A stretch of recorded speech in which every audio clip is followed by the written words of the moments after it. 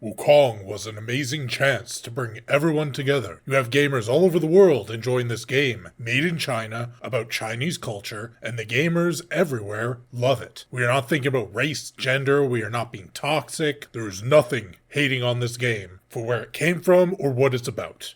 Except the journalists. This is the exact same thing they always say gamers will not allow, and they are trying to push a diverse game, respecting a different culture, made with a respectful team, yet gamers enjoy the game, and journalists tried to make it fail. It's not that they hated it because they are out of touch. They tried to ruin the reputation of the studio. They targeted individual devs and attempted to point a hate mob against developers just trying to work on a video game, and they spread lies about the game. It's developers, the gamers who support it, and when their lies were pointed out, they did not apologize, they doubled down, and they spread the lie even more, with more games media sites trying to use their numbers to drown out criticism and legitimize their lies by sheer force of quantity. What is the purpose of the game's media? From a literal standpoint, to provide information and guidance to help gamers in making decisions. Something they are absolutely failing at.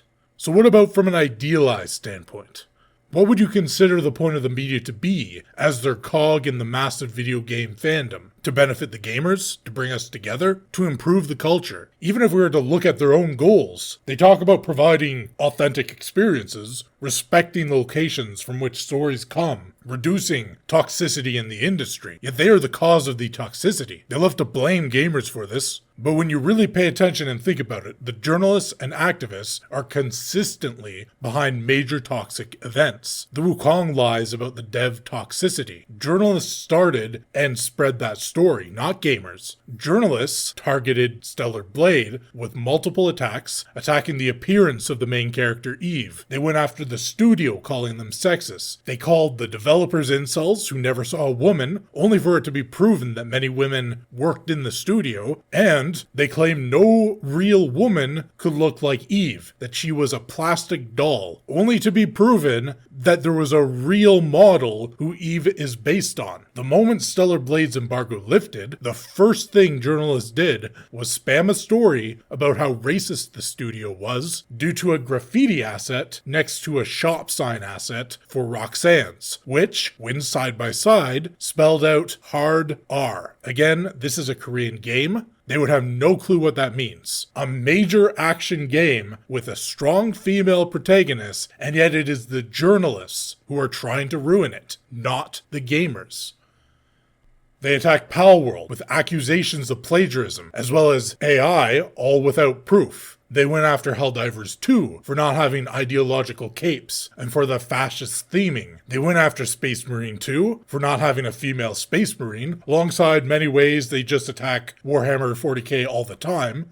When Hades 2 came out, journalists were the first ones to pit it against Stellar Blade, coming out with articles such as Hades 2 does sexy correct, and trying to start fighting over two games with no real connection. One, which activist Puritans do not approve of, and another sexiness, which the religion permits and very much backs. When Final Fantasy XIV Dawntrail released, there was a lot of negativity around the storyline, and in particular, the obnoxious main character, Wukong. It was journalists who decided to look up the voice actor's information and pointed the conversation away from what gamers were talking about. The poor writing in-game, the over-reliance of an unliked character in-game, and journalists pointed it towards the English voice actor out of game instead.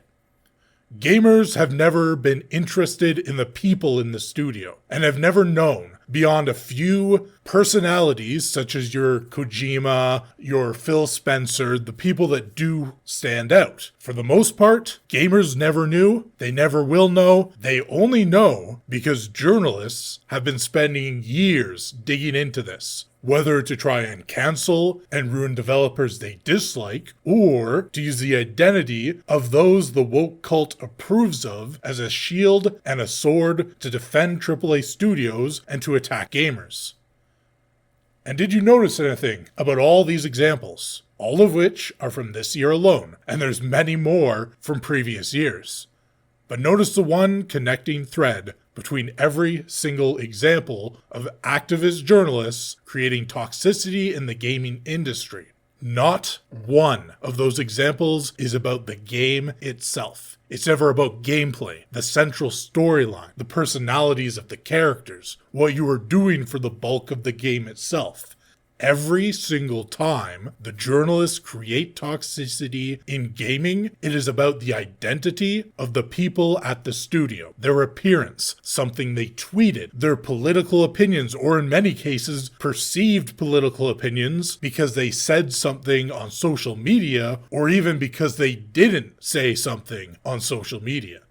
Every single time there is a concern about a game by gamers, such as the story in Dawn Trail, they take gamer complaints about the game and do everything they can to take the discussion out of the game and into the people involved. This is the crux of what makes journalists and gamers in complete opposition. Gamers want to know first and foremost about the game itself. That is the information we want. We want to know things that will help us make informed decisions about our purchases, about the entertainment we're going to take part in. Journalists want you to know only about the people behind the game. A gamer isn't playing the developer. They aren't sitting down for tea with the writers. They're playing the video game. That is the sole point of contact for 99% of gamers.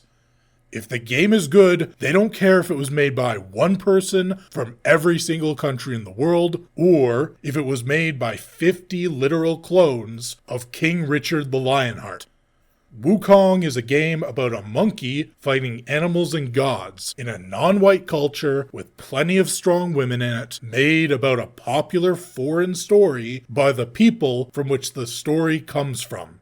This has every bit of diversity and follows all the rules that the woke activists demand. And it still wasn't good enough for the activists. They still hated it. They still tried to ruin it. They still tried to destroy the reputation of the studio and the individual developers. They were given everything they asked for. And the woke psychopaths still did everything horrible they are known for.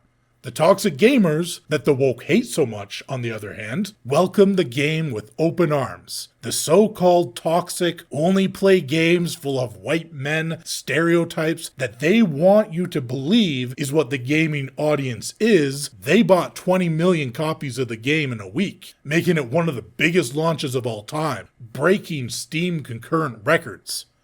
The very people who journalists want you to believe would never accept a game like this played it happily, and they loved it, and they were very positive about it.